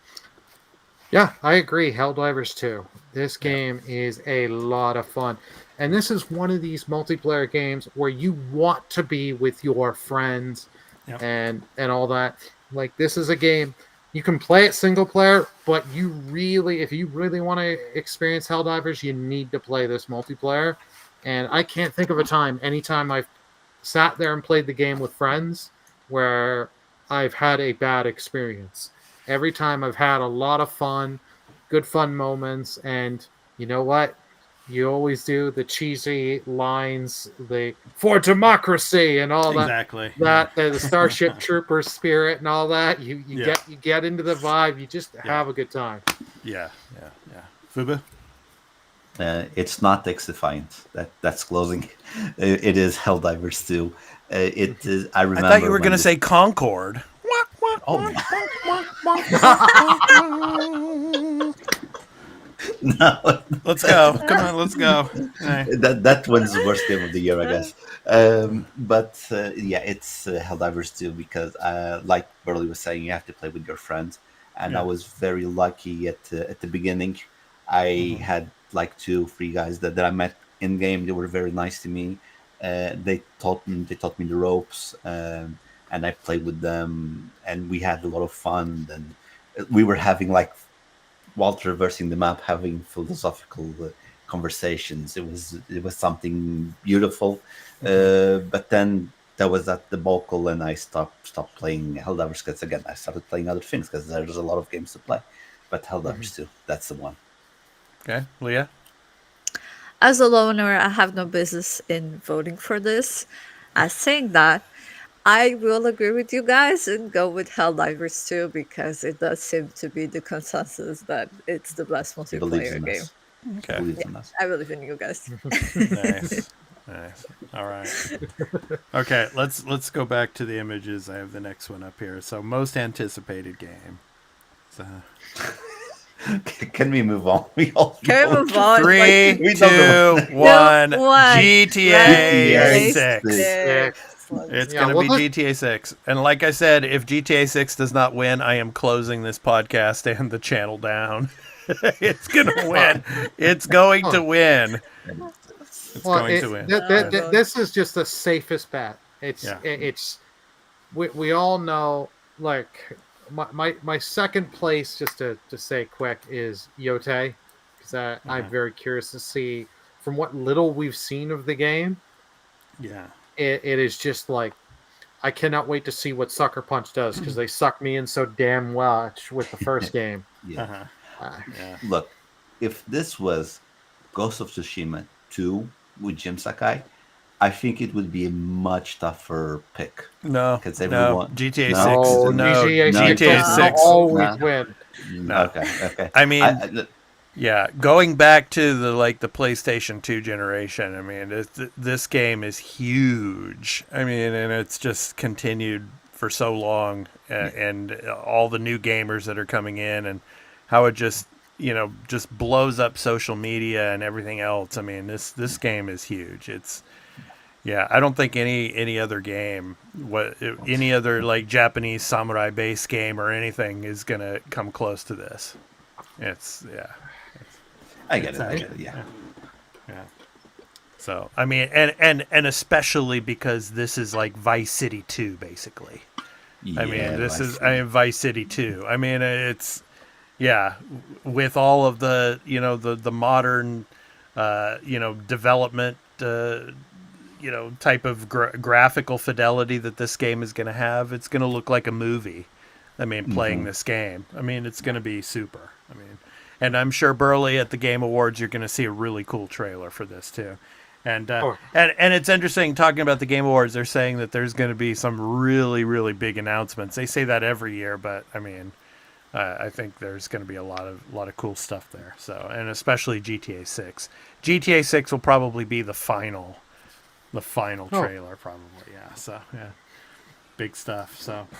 Looking forward to that. Most anticipated game, GTA 6. That is unanimous here. So, next up, of course, the final one. Game of the year. Astrobot, Balatro, Black Myth, Wukong, Elden Ring, Shadow of the Erdtree, Final Fantasy VII Rebirth, Metaphor, ReFantazio. Now, what will really enrage me is if Elden Ring, Shadow of the Erdtree wins, because it's DLC. And it shouldn't be in this particular category. The Game Awards seriously need to think about making a new category just for DLC. Yes. So the best DLC. They need to do that. But anyway, my pick. So for Game Awards, it's great year. Final Fantasy VII Rebirth is, it's a remake, so that's a game that they just polished a great game. Balatro, it should be in the Indy title, which it is, but it was put into the best game category because a hell of a lot of people are playing it right now. Astrobot, yeah, I mean it's PlayStation. My pick though is Metaphor Refantasio. Atlas's bold new IP reinvents the RPG genre by blending high-concept fantasy with striking visuals and deep emotionally driven storytelling. The game offers a unique take on traditional JRPG mechanics with intricate character dynamics, a surreal art style, and an evocative soundtrack that draws players into its world. So its innovation in narrative and gameplay makes it a standout in a competitive year. So, yeah, I mean, Atlas just really, hit the mark with this game. And I'm really happy that they got a nomination, and I think it's going to win. So my pick is Metaphor Refantasio for this year. Burley? I agree with you in that Elden Ring, if that DLC wins, I am going to be so pissed. Now the thing is now you've put this in, you've opened the floodgates. People have been complaining, well, why wasn't Phantom Liberty or The Witcher Blood and Wine? Yeah. If you're going to put this one up, there have been some great DLCs. Yeah. I've played all these games other than all the actual games. Shadow or the Air Tree is DLC. I've played all these games, and they are great games up here. The 5 that are actually games are all great games, and I can understand why they deserve to be here. But for me, it's Astrobot. This was the game that I sunk so many hours. I did everything. I know, Burley. Yeah. No one's surprised on this. This is you look at the review I did for the game. You've heard me talk for how many episodes. I love Astrobot too. I just think it's gonna get snubbed. I think it's gonna get snubbed. Yeah. I'm going with what my thoughts and my actual opinions. Mm-hmm. I know a lot of my picks are not going to be the winners, like I said with Prince of Persia, but this game just showed. You know what? These 3D platformers, collectathons, they are not just small multi games. Yeah. These games can, if you put, and they didn't have the biggest budget. They said the budget and the team wasn't as big. If you get creative people, you get the right people, you spend the time and you spend the effort, these games come out great. Can come out great like Astrobot. Yeah. Like this is at like a 92 on Metacritic. Yeah. I just think it's Atlas's year, though. I mean, I think it's time for them to be recognized for what a great studio, they have making this game and the Persona series in general. I mean, I really think they're gonna take it this time. I really do. I agree. They should be recognized. And Metaphor, don't get me wrong, I have not finished Metaphor. Great game, great RPG, and Atlas does it does a lot of things they haven't done, and shows that Atlas can do these things, and you shouldn't sleep on Atlas as a studio, and check out their other product as studio and publisher, and you should check out their stuff. Yeah. I don't see Atlas winning Game of the Year. I think they'll win like Best RPG and other stuff. Okay. Fubu, your turn, and I know what you're going to pick. So anyway, go ahead. Like I said, first of all, I just want to say I think this list is a bit spoilery, because if Balatro is in Game of the Year, so they're in Game of the Year, that means when it comes to indies, it's the best, right? Because we don't have another indie year. So never. I assume never. Okay, never yet. But I assume that if it's here, it's going to win best indie. Same with action game with Black Myth Wukong, because Black Myth Wukong is here, means it's the best action game of the year. So I think it's a bit spoilery. The big fight, I think it's going to be between Final Fantasy VII Rebirth and Metaphor Refantasio, because those two games are just massive. But putting my biased opinion aside, I really think it's Final Fantasy VII because Metaphor is a fairly recent game. Final Fantasy came out in February, and everyone's still talking. We're talking about it right now. So it's I think it's going to win because it is the game of the year, 20 out Really? of 10. Really? Really? People are still talking about it. No, we are talking about it, aren't we? We're talking about it. It's on We the are, list. we are, but not so many people out there now. Everybody's talking about Yeah. Indy Jones. Yeah, that's true. That's true. Game Okay, of the so year, let me Indiana throw this Jones. question at you guys. Yeah. If Indy Jones would have came out a month and a half ago and could have been put in this list, do you think it would have had a chance of winning against this lineup? I have no idea. We haven't seen it perform. We need. Yeah, like Look, it's hard to know. The game isn't out yet. look. Next week, make this But question next from week what and the then- critics are saying, though, from what the critics are saying about it, yeah, from what the critics are saying, yeah, would be here because Yeah. they're making it look like and fair. I'm not going to say they're lying. They're making it look like a great game, and hopefully it's going to be a great game. But again, reviewers have been known to lie to us, so that's why we take everything they see with a grain of salt. And we on X, you said that you would make your own opinion. Like I said, I would make my own opinion by watching and playing the game, and from not what they're saying. Yeah. But from what they're saying, yes, I would believe that probably would be here instead of a Balatro, for example, because Elden Ring, it's a different monster. I think they just want to put it in. But I think it would be instead of Balatro, I would risk it because of the weight that Indy Jones' name is. Would be here instead of Black Myth Wukong, for example. I think that because one of the reasons that I also think Black Myth is here and will win the best action game, it's the Chinese market. They want to please the Chinese market because there's a lot of money that comes from theirs. They will have a lot of views. Maybe next year there will be a lot of sponsors from the Chinese market. There is an economics behind all of this. That's me being cynical and not thinking only about the games. But I think Indy Jones, if it was capable 1 month and a half ago, I think if it performs like reviewers are saying, it would be here definitely because what they're saying, it's going to be great. Leah, your pick of the year for game of the year. My personal game of the year is Astrobot. That out of the way. I'm gonna play devil's advocate, and for me, it's clear that all these games are under categories. They're going those, and Elden Ring is gonna be game of the year. Like I have no question about it, due to how this is voted. This is the highest rated game this year, and I don't like the odds, but I feel this is gonna win. This So you think the DLC is going to win for game of the year? Yeah, I have a strong feeling that Elden Ring is gonna win.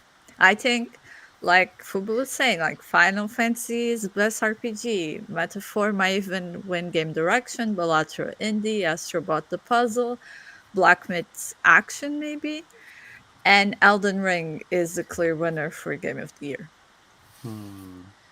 Interesting. Yeah.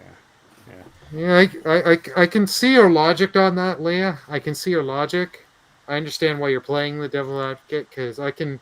It's a sad thing because they did all this. I'm just gonna call it out. It's horse shit to put DLC up here Yeah. and then put It the thing is. DLC and remakes. Remakes are one thing. Like I'm not complaining on remakes. Like if they would have put Silent Hill 2 up here instead of Shadow of the Erdtree, I could understand from how they played in the remake. Because yes, they're Yep. polishing, but they're adding and taking away features and stuff It's a to game. make the best I just- best It's version almost of the like game. a new game. To put Yeah. remakes in the game of the year category just spits on on like innovation. True. Thank God. I does. I get what you mean. I Yeah. really do Yeah. get what you mean. But Yeah. on some of the cases with some of the because there are lazy remakes and then there are remakes where they do and they change things like the worst aspects of the games, improve Yeah. them, and add new stuff that adds more and expands upon the original game that Maybe they couldn't do, like, if it was a game on the PS1 with the limitations of the disc format and the technology of what the PS1 could handle back then So compared to PS4 or 5. what we're going to have to do in the future then is to recategorize all of these things. Game of the year should be called Best New Game of the Year. Would make sense. Yeah. Best DLC of the year. Yeah. Best Remake of the year. Completely agree Yep. with that. Like So they do in then the- there will be no confusion, and then all of these people will shut up, and then finally we can have, categories that actually make sense. Yeah, I mean, Yeah. like they do with the golden joysticks. They even do like other, like best studio that we Well, don't best have to. PlayStation game, best Nintendo game, best, so. Yeah. Xbox game. But then yeah. you'd have so many categories. Best new Nintendo game of the year. Best Nintendo DLC game of the year. I mean, it's like, you'd have like 50 categories, It's like, Well, you So, could yeah. do like best like portable mobile game and like best console game, I guess, and you would aggregate like best A lot PC of- game. Yeah. Yeah. A Steam Deck game. Yeah. Yeah. But they're not going to do that, though. But nah. at least best new game of the year, best DLC of the year, best remake of the year. I mean, just, come on, simplify it. It's not that difficult. True. Agree with you. True. I I agree agree with with you. that. Yeah. Yeah. Same. I agree, but at the same time, we wouldn't be discussing this at so much length if there wasn't this piece of controversy. If they didn't put Elden Ring in the DLC in there, like it would be clean cut, like we will all pick games. And the fact that the DLC is there is giving them like traction and people are talking about it. So Yeah. we'll see. Yeah. That's true. That's true. So, yeah. So Burley, I guess if Leah is correct, I mean, be ready to be disappointed at the Game Awards when you go there and find out that DLC wins Game of the Year. So, Well, this is why you guys need to wait for episode 199 of the podcast from when I come back, and also watch the Game 199. You're Awards. coming back for 199 is next week, Burley. You're not here. Yeah, right? no, I'm saying coming back to episode 199. Oh, okay, coming back to it. Okay, yeah. When I'm coming back from the Game Awards and all that, so I can, because I'll be there, and also watch the footage, because I will show you. You thought Darth Vader was powerful and force choking people. Keeley will be on the roof, and stuff. There you go. So, before we move on, Burley, go ahead and name Carl's picks. So, since he's not here, so Okay, just give me 1 second because I Yeah. closed it earlier. Just give me Yeah. 1 second. I'll yeah, no problem. relaunch it. Yeah. Okay. So, turn-based Carl, one of our other, but he did leave us his picks for He the always award. gets the safe ones, man. That's why. That's Okay. how we won last year. So here's Carl's picks. Mhm. Game of the year is Astrobot. Game direction, Surprising. Astrobot. Best narrative, Metaphor. Mhm. Best performance, Milan Jurgens from Hellblade 2. Mhm. Best ongoing, Helldivers 2. Best independent, Balatro. Best debut indie, Balatro. Best action game, Black Myth. Best action adventure, Astrobot. Best RPG, this one shall shock no one. Mhm. Metaphor. Best sim strategy, Unicorn Overlord. Okay. I feel like he only voted on Astrobot for a Game of the Year because he got a PlayStation. Now he doesn't want to look bad. That's the only reason he voted. Yeah. Yeah. Talk about luck, a free Oh my PlayStation. Yeah. god, If only. man. He deserves- he Unbelievable, deserves man. it. Yeah. Well, it wasn't After- free. It cost them $50.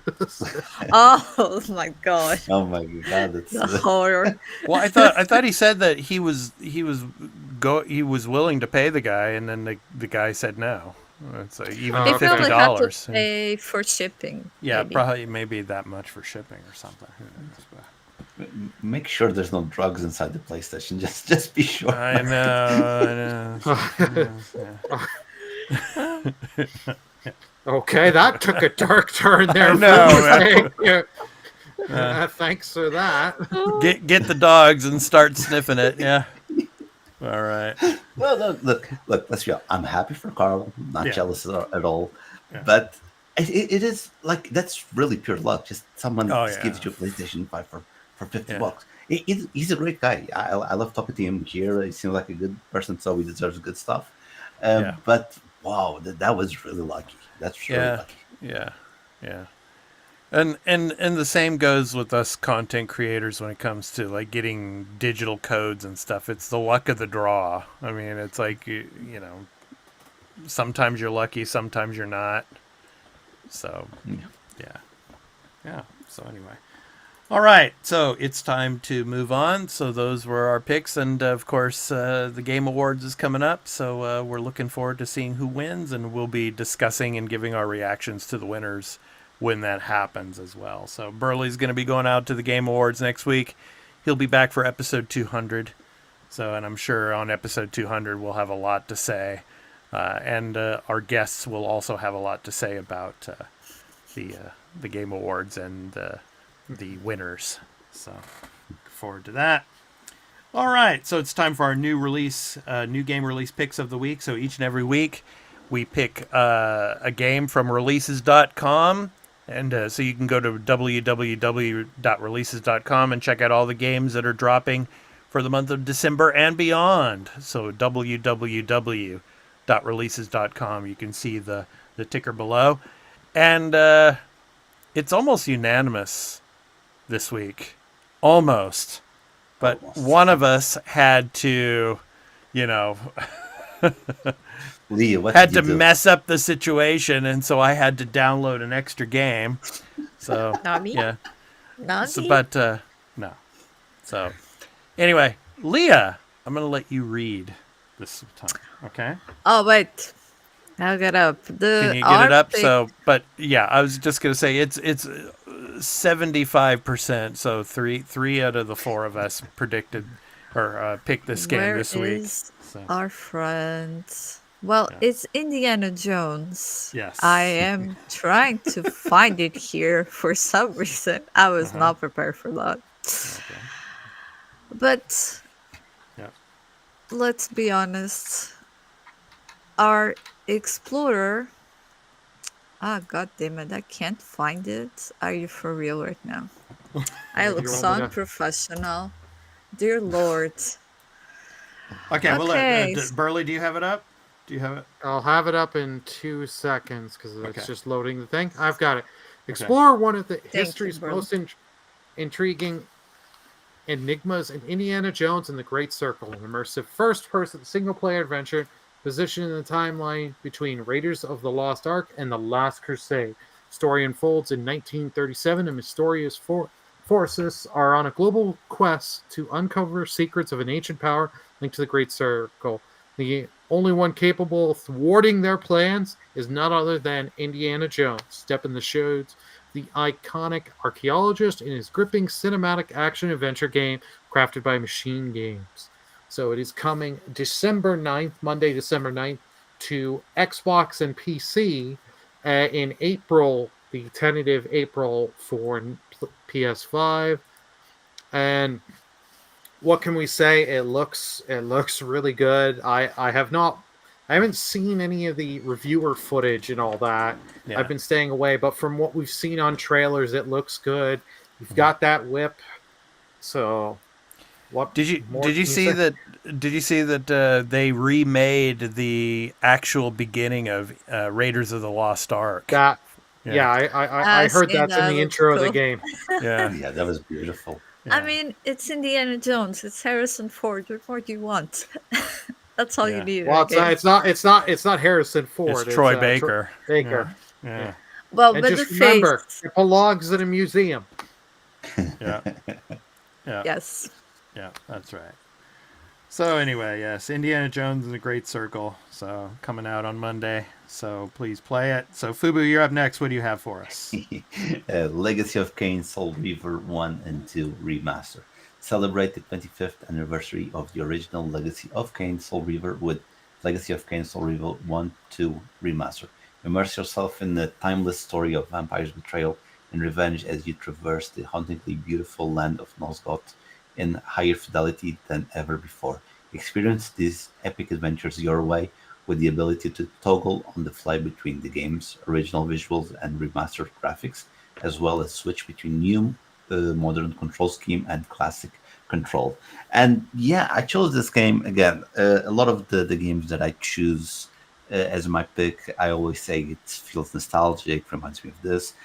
It's nostalgic for me. I remember I played the original ones on the PlayStation one. I remember I had a demo. I used to burden the hell out of that demo because I was always playing. I remember like the first time that he pulls the scarf and you see the face. I got scared. I was a kid, you know. Well, I And thought you were gonna say you were doing what Carl does. To piss me off and make me have to download an additional trailer for the week. No, Because that's what it usually is. If we can't ever have a unanimous pick, he's always got to pick something different to piss me off to make sure I have to download a different trailer. This pick is from the heart. This pick is from the heart. Yeah. Trust me. This one is from the heart because there's a lot of fun memories. This is a very don't think because it's a PlayStation 1 game, it's just a basic action game. No, I remember that was a complex story because you play with this character and then in the next game your previous main character is the bad one. So I'm not saying who you play with who, but there's a lot of good lore in this game and I just love it. And these are one of those that I'm not going to buy it now because it's Christmas. I spent a lot of money on gifts, but when I get a nice promo price, I'm definitely going to play this and plat because that's what I want to do. I really suggest people to play this game. I think you will love it. Cool. I'm interested to try it out. I played the demo of the original on the PS1. Never had it, so I'm interested. But this is one of those things of, I'll see how this comes out because this is Aspire, so it's rolling the dice of the quality you're going to get when it comes out with Aspire. Right. So you can go to www.releases.com, check out all the games that are coming out this week and through the rest of December and into 2025. www.releases.com. So go check it out. All right. So those are our new game release picks of the week. So next up, Game Pass, Burley. So Game Pass, Carl's not here, so you can do the Game Pass Wave 1 for December. So what do we have besides Indy Jones? That's everybody knows that. But what other games are coming to Game Pass?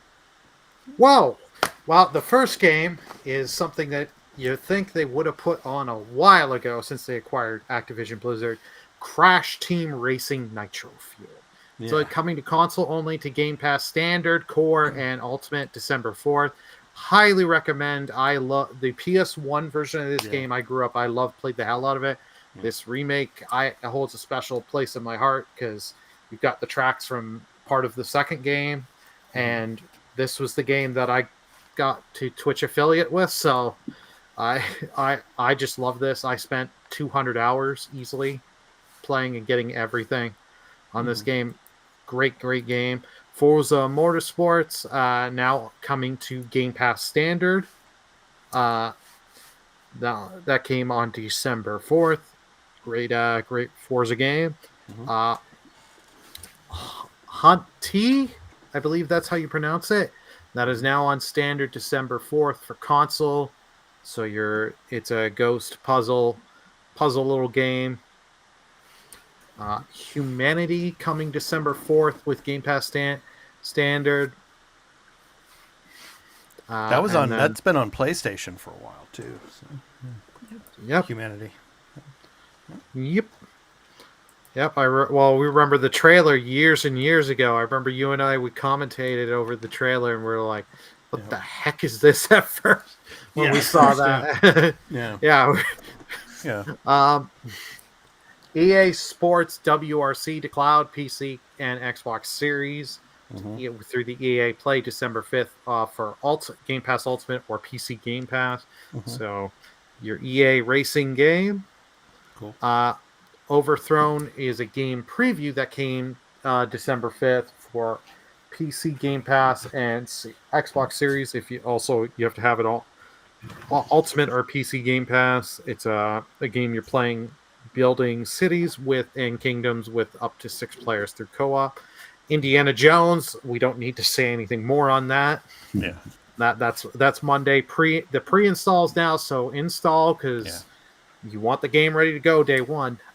Wild Frost, December 10th. So that's coming to cloud, console, and PC. So Game Pass Ultimate or PC Game Pass. Take on the elements of Wild Frost, a tactical roguelike deck builder, journey across the frozen tundra, collecting cards. Yeah. I just want to say one thing about the Indiana Jones download. You can pre-download it, and there's some other special options. But if you decide to download everything, it's about 131 gigabytes. So make sure you have the space on your hard disk for that. So that's a lot. Yep. Yes. Welcome to modern gaming. Exactly. Exactly. Yep. And that is it for December that we have. But there are 2 games announced for January. Do you want me to get to them? Yeah, go right ahead. now? Just throw them out quickly. Yep. Carry On, coming cloud, console, PC, January 2nd through Game Pass Standard, or PC Game Pass or Ultimate. It's a reverse horror game. Yeah. So you play as the monster and just eat them all. That's the goal of the game. Yes. And Road 96, which I think is returning to Game Pass. Because I believe it went off and coming back January 7th. Game Pass Ultimate, PC Game Pass Standard for cloud, console, PC. That's the one with for those if you don't remember, it's all the different you're playing a story out and there's different branching paths, so your choices matter, and it branches off to 100 different things like that. Detroit Becoming Human. Exactly. Yeah. Oh, okay. Yeah. All right. I'm happy. You remember that little paper that I have, which is a code to have 1 month of Ultimate Xbox with the Game Pass or whatever. I know when I'm going to use it. I think I'm going to play Indiana Jones.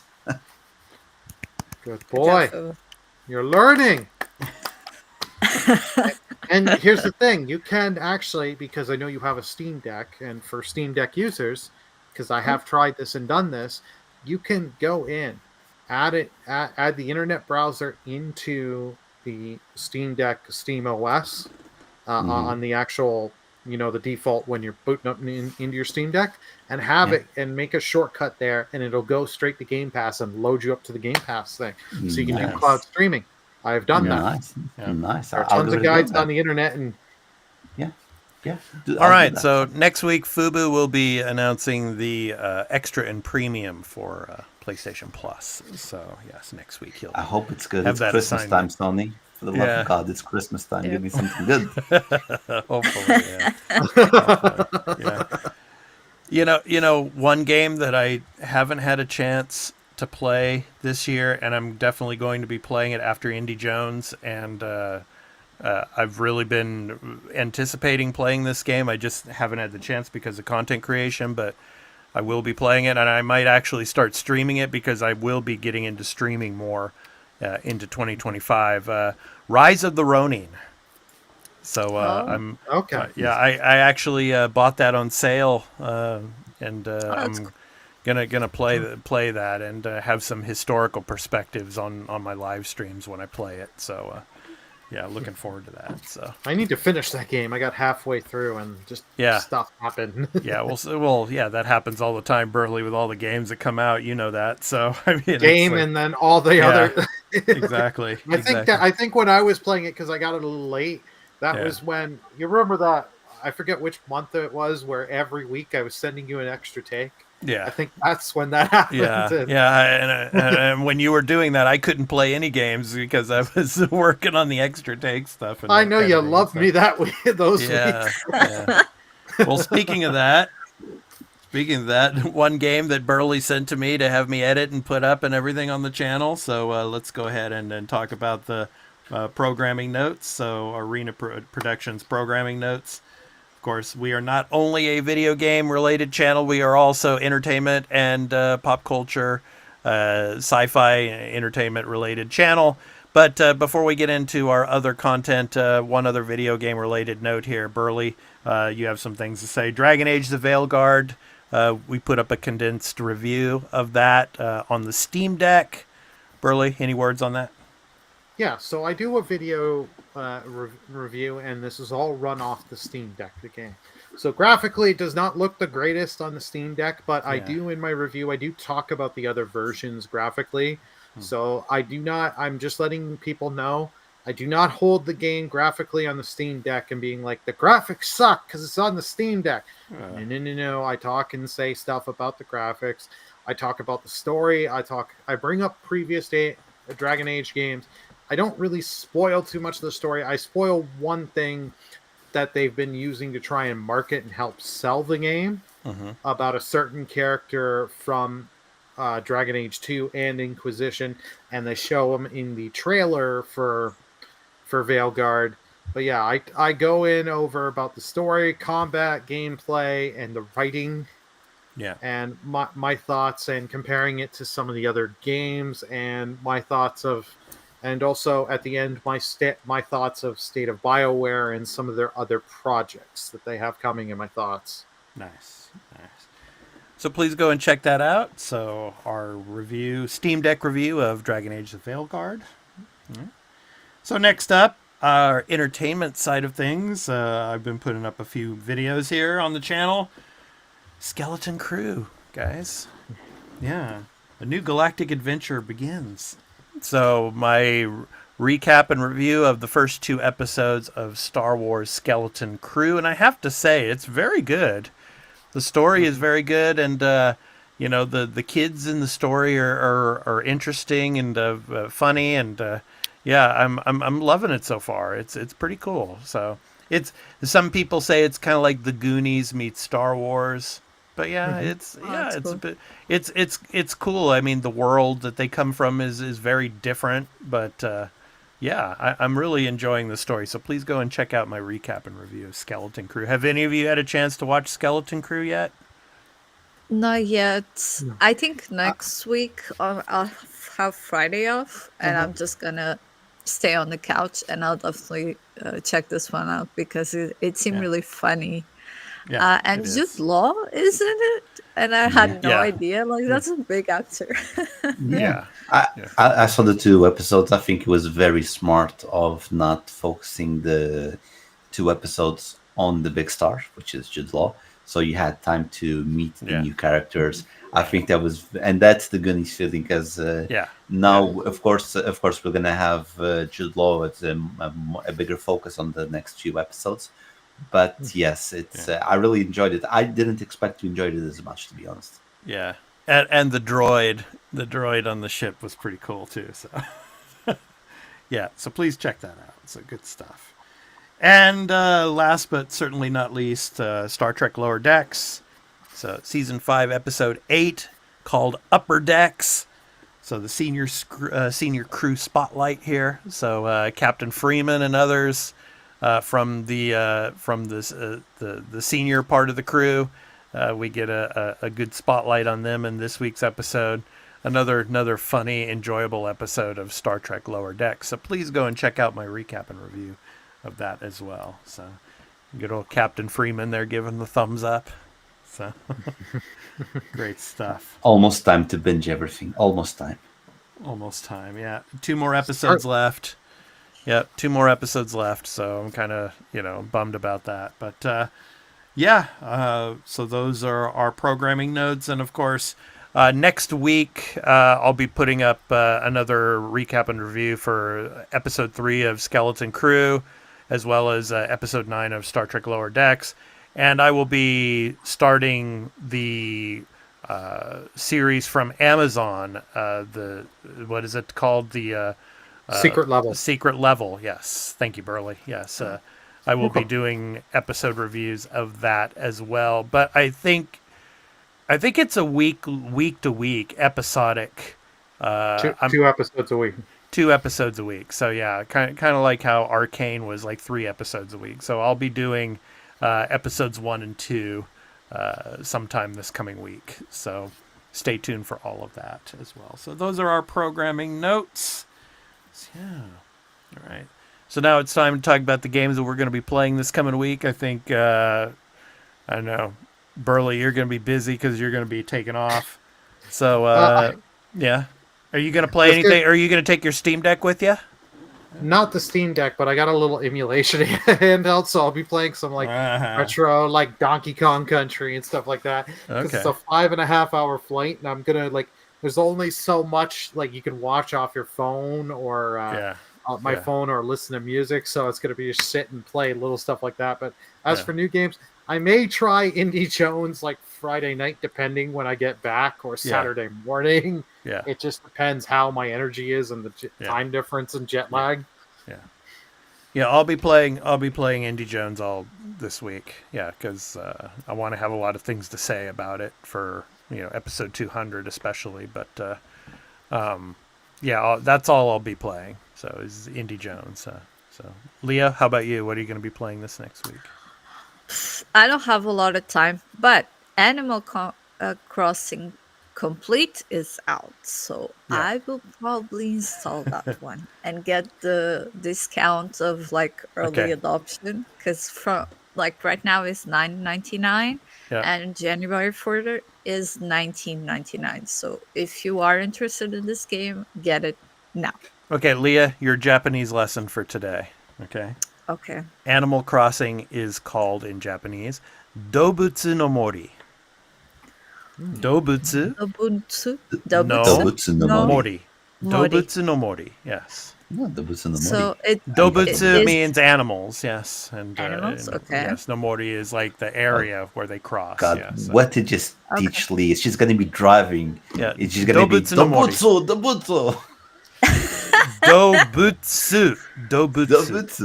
Dobutsu no Mori. These guys are Dobutsu. No. That's not these guys. It's not these guys. It would be something like Dobutsu desu ne. そうだね。はい、そうですよ。はい、はい、本当に、はい。そう、はい。The more you learn. そう、いや、よかったね。リアさんが頑張ってくださいね。はい、ただ日本語。はい。So Japanese. Yeah. Arigato. どういたしまして、Burley。はい、よろしくお願いします。はい。そういつでもね。はい。I'm hoping in 2025 to get some, the Japanese creators and developers on the show. I really want to interview them and stuff. So in English and Japanese. So. We could definitely have a Japanese word per episode as we close down. Yeah. The word of the week is... The word of the week, is gamang. Gamang. Gamang suru. Gamang means to persevere. It means to, like, you have to endure like a long wait for something. Mm-hmm. Yeah, so gamang. Gamang suru. Gamang suru. Hey, Indiana Jones, gamang tsuru da yo. Hey, for us. Yes. Absolutely. We have to endure the long wait until, of course, we've been enduring the long wait for this whole year for that game to come out, and luckily, on Monday it's finally here. So, looking forward to that. So, all right. So, I think that's everybody. Fubu, what are you going to be playing this week? I'm going to be playing. I played Little Big Adventure, which is coming out in America on the 12th, if I'm not mistaken. It came out earlier here in Europe. Mm-hmm. I already completed. It's a fast game because this is like 99% a remake. So everything is the same. This is my gripe, but they made the game a little bit woke. And I'm going to explain this. Because on the original game, your girlfriend gets kidnapped and you have to save the girlfriend. Okay. In this one, they just changed this 1% is instead of kidnapping the girlfriend, they kidnap the sister, which is a new character, and then you have to save her in the end. So they don't want the story of the damsel in distress, and then everything else, all the puzzles, the way that you play the game, it's all the same, with fresh graphics. And the thing is, there's no guide, and there's a lot of missable trophies. So I already finished the game. I'm gonna go back to the game and get those missable trophies so I can plat and do a video for the platinum intersection on my YouTube. So yeah, I'm gonna be playing that, and I really suggest you guys to play. It's a cheap game, and you'll have fun. And if you don't know anything, it's gonna be a little bit of a challenge to the puzzle because you have to talk to everyone. Okay. Okay. All right. Nice. All right. So, want to thank all of you for coming. And Burley, you're going to be out next week. Obviously, we know where Burley's going to be. He's going to be at the Game Awards. So he's going to be promoting the channel and promoting the podcast there, obviously. Yeah. So, looking forward to seeing some photos and everything on social media and stuff like that as well. So, just one last question before we close. Did you notice what happened on this podcast today? No? What happened? Burley didn't force choke me. I'm out. Oh my god. Alrighty. Well, ask and shall receive. yeah. It just skedaddle. Yeah. Oh my god. Skedaddle before the end of the show, and he's not coming back now. So, Fubu, we'll see you next week. But anyway. Yeah. There he goes. The force choke. Okay. So anyway, yeah, Carl will be back next week. Burley will be at the Game Awards, and then episode 200. Please stay tuned for episode 200. It's going to be a great show. It's going to be a long one. We've got some great guests coming, and I'll be mentioning that again next week as well. So looking forward to that. Episode 200. So we'll be talking about the Game Awards winners. We'll be talking more about Indy Jones and the gameplay and all, and our look at 2025 for episode 200. So good stuff. So anyway, so to end our show, it's time for our indie recording artist spotlight. So each and every episode, we spotlight an indie recording music artist and play their music in our outro of the show. So this week's spotlight, let me get that up here, is on Kevin Graham. Starting from a young age on piano, Kevin moved on to studying guitar and received formal training in audio technology. He immediately began developing his career as a composer for film and television. Specializing in cinematic, ambient, and orchestral music, over the years his unique and powerful approach to film scores has evolved, creating a rich sonic environment that dramatically enhances cinematic visuals. So he brings a layer of depth and understanding to his music from his experience as a working filmmaker and storyteller. From his album titled Autumn, and the song is called The Process. So this has been The Arena, a multi-platform gaming news podcast, episode 198. I've been your host, Expat, along with my co-hosts, Burley Gaming, and Fubu87, Leah the Hatless. We hope to catch you next week, and thank you all so much for joining. And for those of you coming in video on demand later on, thank you so much for all of your support and watching this podcast and all of our content on the Arena Productions. So anyway, take care, everyone. Enjoy your week, and have a great week of gaming. Peace out.